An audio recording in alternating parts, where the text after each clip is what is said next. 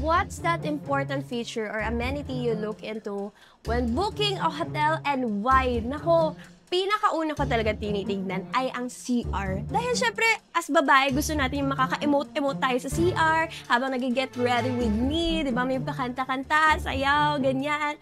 So gusto ko, syempre, malawak yung CR. Maganda yung CR. Kasi, ewan ko, ganun ako. Parang sobrang arte ko kapag hindi malinis yung CR. Di ba? Syempre, as a girly, di ba? Bukod sa CR, ano pa ba? Syempre may gym, may pool, yan. Para sa akin, hindi po talaga pwedeng mawala, non-negotiable po, ang bidet. Kasi, kasi sobrang important po talaga ng bidet. And siguro, fridge.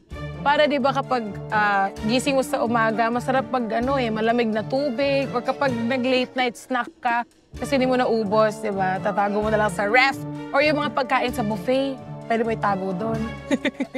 Siguro yung may plancha, like sa damit. Kasi mahilig ako umoutfit. Hindi pwedeng gusot-gusot yung damit ko pag nagpicture ako sa vacation ko. Tapos blower din kasi ang hassle magdala ng blower. Pero bukod doon, syempre yung pagiging practical naman ng onte.